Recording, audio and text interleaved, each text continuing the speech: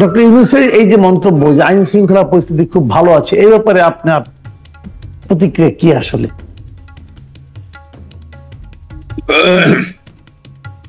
আপনাকে অসংখ্য ধন্যবাদ। যারা আমাদের কথা শুনছেন তাদেরকে আমাদের সালাম জানাচ্ছি। আসসালামু আলাইকুম। জনাব ইউনূস সাহেব বাংলাদেশের একজন বড় মাপের মানুষ। উনাকে আমরা সবাই মিলে গত 7 মাস আগে আমরা এই দেশের দায়িত্ব দিয়েছিলাম এবং গত 7 মাসে এই আলোকিত মানুষটি আস্তে আস্তে অন্ধকারের দিকে চলে গিয়েছেন এবং যাচ্ছেন, এবং তারই একটা বহিঃপ্রকাশ আমি দেখলাম কালকে উনি বিবিসিতে যে সাক্ষাৎকারটা দিয়েছে। উনার মতো একজন ব্যক্তির কাছ থেকে, এরকম একজন উল্লেখযোগ্য আলোকিত ব্যক্তির কাছ থেকে আমি এই ধরনের আমি আগে বলতাম যে শেখ হাসিনা দিনে 2টা সত্য কথা বলে, একটা হলো রাত্রে বেলা ঘুমানোর সময় বলে দরজাটা লাগা, আর সকালবেলা উঠে বলে দরজাটা খোল। ইউনূস সাহেব আস্তে আস্তে আমার কালকের কথা শুনে মনে হচ্ছে উনি সেদিকে যাচ্ছেন কিনা। উনার সরকার তো অলরেডি চলে গিয়েছে, it's a dead government. Yunus সাহেবের যে সরকারটা অন্তরীণ ইন্টারিম গভর্নমেন্ট, যেটা ইটস এ ডেড গভর্নমেন্ট।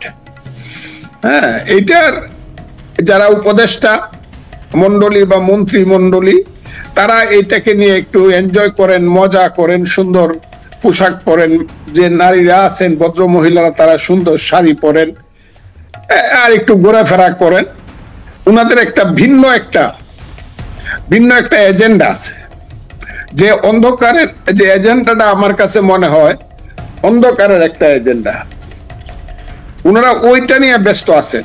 বাংলাদেশের আইন শৃঙ্খলা পরিস্থিতি কি এটা গত পরশুদিন বোঝা গেছে।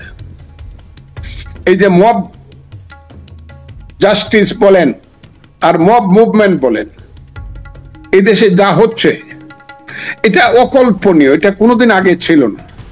বাংলাদেশ এবং পাকিস্তানের প্রায় সবটা সময় আমি দেখছি 57 সন থেকে 58 সন থেকে 1958 সন থেকে আমি দেখছি এইসব প্রায় 65-66 বছর যাবত আমি বুঝে কথা বলতে পারি। কিন্তু এই ধরনের একটা অসহনীয় পরিস্থিতি, যে বিপদে পড়লে কার কাছে যাব, কোথায় যাব, মানুষ কল্পনাই করতে পারে না যে কোথায় যাব, কে আমাকে রক্ষা করতে পারবে। আইন বন্দী হয়ে গেছে প্রশাসনের কাছে। আইন শৃঙ্খলা বাহিনী মোরালি তারা শেষ হয়ে গেছে। আর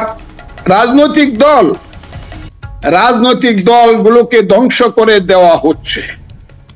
এই অবস্থায় দেশে এখন আর কিছু নাই। ইউনূস সাহেব যে সাক্ষাৎকারটা দিয়েছে, আমি মনে করি উনার বোধহয় যদি মরাল কিছু থেকে থাকে তাইলে এখন আর সরকারের তার কোনো মরাল রাইট নেই। উনার পদত্যাগ করাই উচিত। উনি বলা উচিত enough is enough, I am to go, please pardon me, আমি চলে যেতে চাই, এবং সম্মান নিয়ে উনার চলে যাওয়া উচিত। আমি আগে বলতাম যে উনি একটা নির্বাচন দিয়ে, জাতীয় পরিষদ নির্বাচন দিয়ে চলে যাক, মানুষ ওনাকে মাথায় তুলে রাখবে। এখন বলি এই সময় পর্যন্ত উনি যেতে পারবেন না বলে আমার মনে হয়। আচ্ছা, আপনি যদি মনে করেন যে উনি ধীরে ধীরে নিজেকে অপমানিত করার দিকে যাচ্ছেন, যদি এটা হয় তাহলে বুঝতে হবে এদেশের মানুষের আস্থা ওনার উপর নাই, এই জন্য আস্থা ধীরে ধীরে কমছে, এই জন্য ওনাকে চলে যেতে হবে। কিন্তু উনি নিজের তো বুঝছেন না। উনি কালকের ইন্টারভিউ বলেছেন যে দেশের মানুষের নাকি বিপুল আস্থা ওনার সরকারের উপর আছে। এই কথাটা তাহলে কি? দেশের মানুষের বিপুল আস্থা আছে এটা উনি টের পাচ্ছেন, কিন্তু আপনি টের পাচ্ছেন না, এর কারণটা কি আসলে? আপনার এই প্রশ্নের উত্তরটা আমি দেব ইউনূস সাহেবকে উদ্দেশ্য করিয়া। Time will come and the time will answer in time. ওনার এই কথাটার উত্তর দিবে, উনি বুঝতে পারবেন কোথায় চলে গেছেন বাংলাদেশে। এই জিনিসটা উনি বুঝতে পারবেন। উনি আর এখন কেউ না বাংলাদেশে। উনি একটা ষড়যন্ত্র এবং তার ছককে উনি জানতে অথবা অজান্তে উনি সাহায্য করছেন। দেশ এই দিকেই যাচ্ছে, উনার গলা দিয়ে সব কথা বের হয়, কিন্তু ভালো কথা যেটা, সেই কথাটা বের হয় না। ভালো কথাটা হলো এদেশে বাংলাদেশের মালিক হলো বাংলাদেশের 18 কোটি মানুষ, 12.5 কোটি ভোটার, তারাই হলো দেশের মালিক। তারা সিদ্ধান্ত নিবে জাতীয় সংসদ নির্বাচনের মাধ্যমে কারা এই দেশকে লিড করবে, এবং এটা কবে কখন একটা রোড ম্যাপ ওনার ঘোষণা করা উচিত। উনি কালকেও গলা টিপা দিয়ে বললেন সম্ভবত ডিসেম্বরের দিকে ইলেকশন হবে।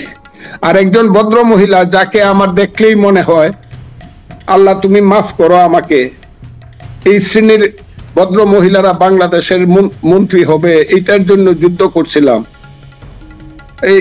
এটা দেখলে আমার আত্মগ্লানি হয়। উনি আজকে খুব হাসতে হাসতে, উনি খুব একদম মানে এটা মনে হইলো পৃথিবীতে উনি সবচেয়ে মহাস্বর্গে আছেন, ফুলের বাগানে। উনাকে ফুল পরি মনে হইলো আমার। উনি আজকে যে সাক্ষাৎকারটা দিলেন, এবং উনার সমানে সমানে বৈশা, উনার পাশে সমানে সমানে বৈশা একজন চাকরিজীবী চাকর, ইউনূস সাহেবের যিনি পিআরও, একদম সমান সমান চেয়ারে বৈশা সাক্ষাৎকারটা উনি দিলেন, তাকে সমানে সমানে বসাইলেন, মনে হইলো ওই ইউনূস সাহেব। এগুলো একটা জাতির জন্য লজ্জাকর ব্যাপার। উনি বললেন না না, উনি তো বলছে ডিসেম্বর থেকে 26 জুনের মধ্যে ইলেকশন দেয়া দেবে, এটা আবার জুন যাইতেছে। আবার উনি নিজে আজকে বলছেন কথাটা, আমি শুনছি, বলছে উনি তো ডিসেম্বরকে বাদ দেন নাই, তবে জুনের মধ্যে হয়ে যাবে। শুনেন, এইসব কথা শুনলে এমন মনে হয় যে এই দেশে যদি বয়স থাকতো, আমার যদি বয়স থাকতো, আমার সেই আজ থেকে 53 বছর আগে মুক্তিযুদ্ধের কথাটা মনে হয়, আমি বোধহয় সেই রকম হইতাম। এবং এই দেশে আমার বয়স না থাকলেও যাদের বয়স আছে, তারা যদি দেশকে বাঁচাইতে চায়, বাংলাদেশকে যদি স্বাধীন রাখতে চায়, দেশের ছাত্র যুবকেরা, তরুণেরা, তাইলে এই সব এই যে ফুলপরীরা যে কথা বলে হেসে হেসে বাংলাদেশ নিয়ে যে ঠাট্টা মশকরা করতেছে, যাদের বাবারা দাদারা এই দেশ চায় নাই, তারা আলবদর রাজাকার দালাল ছিল, ওদের সন্তানেরা ওখানে বৈশা বৈশা ফুলপরীর মতো ফুল বাগানে বৈশা বৈশা সুন্দর সুন্দর স্টেটমেন্ট করতেছে, এদের বিরুদ্ধে দাঁড়ানো উচিত। এটা খুব লজ্জার কথা যে ডিসেম্বর না, আগামী জুন, আরো 6 মাস। আচ্ছা, একটা কথা, মানে মানুষকে তারা কিছুই মনে করতেছে না। আমি এই কথাই বলতে চাচ্ছি যে একটা দেশে যখন একটা নির্বাচিত সরকার নেই, সেই সরকারের দায়িত্ব হলো একটা নির্বাচন দেওয়া। তাহলে নির্বাচনটা কবে হবে এটা কে নির্ধারণ করবে? এই দেশের জনগণ, নাকি যারা অনির্বাচিত ভাবে নির্বাচন দেওয়ার দায়িত্ব নিয়ে বসেছে তারা? নির্বাচনটা কার ইচ্ছা অনুযায়ী, কার আকাঙ্ক্ষাকে প্রাধান্য পাবে নির্বাচনের তারিখ নির্ধারণের ক্ষেত্রে? বাংলাদেশ একটা সাংঘাতিক জটিল অবস্থার মধ্যে পড়ছে। আপনি মাসুদ ভাই অনেকগুলা টকশো করেন, ইন্টারভিউ করেন, আপনি কথা বলেন সাহসিকতার সঙ্গে, আপনাকে অসংখ্য কৃতজ্ঞতা ধন্যবাদ জানাই। বাংলাদেশ একটা সাংঘাতিক, এমন একদল লোকের হাতে পড়ছে যারা এদের কথা বলার ভাষাটা হলো মিথ্যা কথা বলা। এরা মানুষের সামনে কথা বলে ফাঁকিবাজি কথা, টাউটের মতো রাজনৈতিক টাউট বাটপাররা আজকে বাংলাদেশের সামনে আসছে, এদের হাতে দেশ। এটা মনে হয় আত্মহত্যা করার মতো অবস্থা আসছে মানুষের। এরা কারা? যারা বলতে চায় বাংলাদেশে ইলেকশন 20 বছর পরে হবে, 15 বছর পরে হবে, মিনিমাম 10 বছর পরে হবে।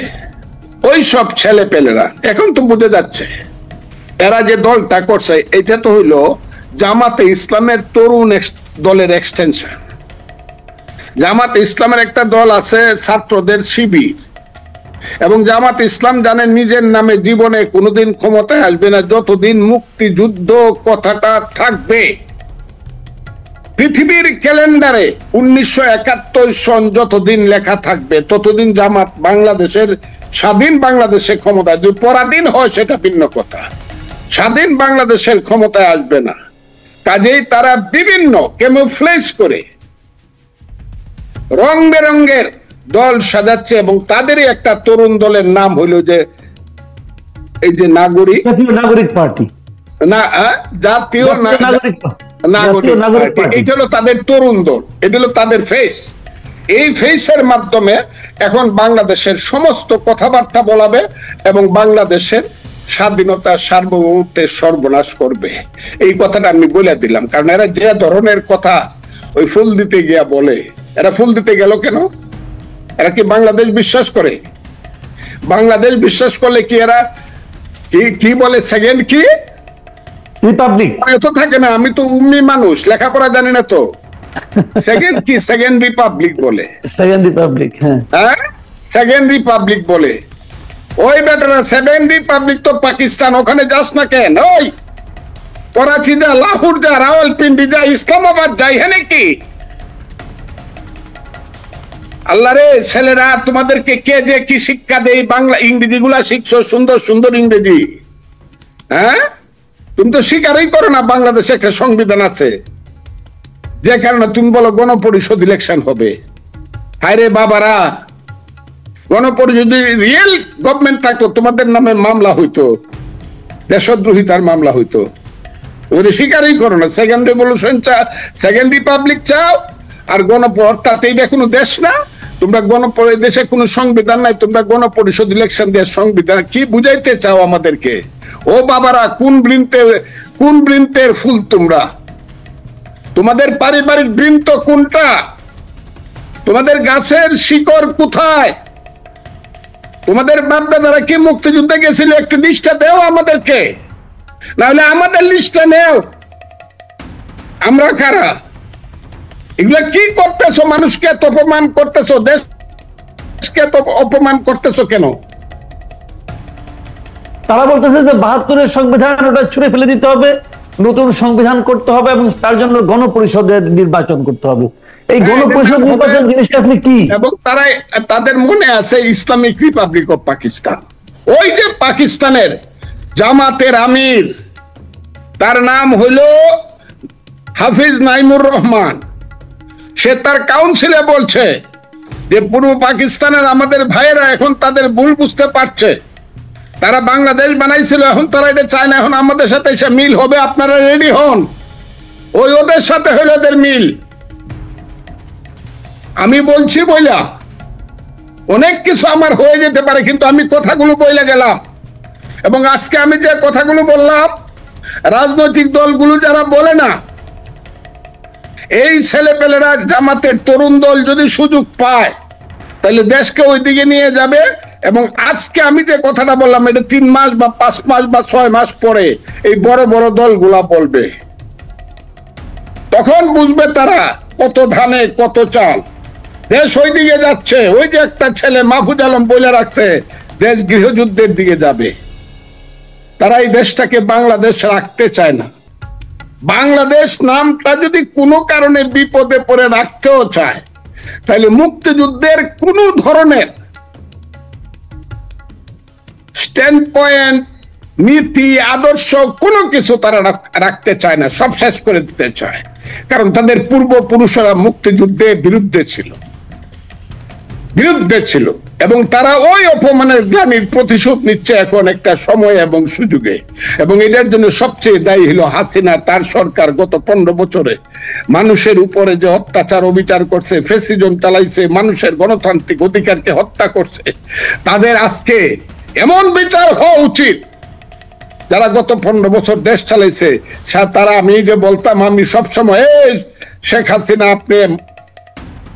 আপনি নিজে ধ্বংস হবেন, আপনার নিজে ডুববেন, আপনার মহান পিতাকে ডুবাবেন, দেশকে ডুবাবেন এবং দলকে ডুবাবেন। এটা এবং আজকে সত্যে পরিণত হয়েছে। এখন আমাদের মতো লোকের ফাইট করতে হয়, আমাদের মতো লোকের ফাইট করতে হয়।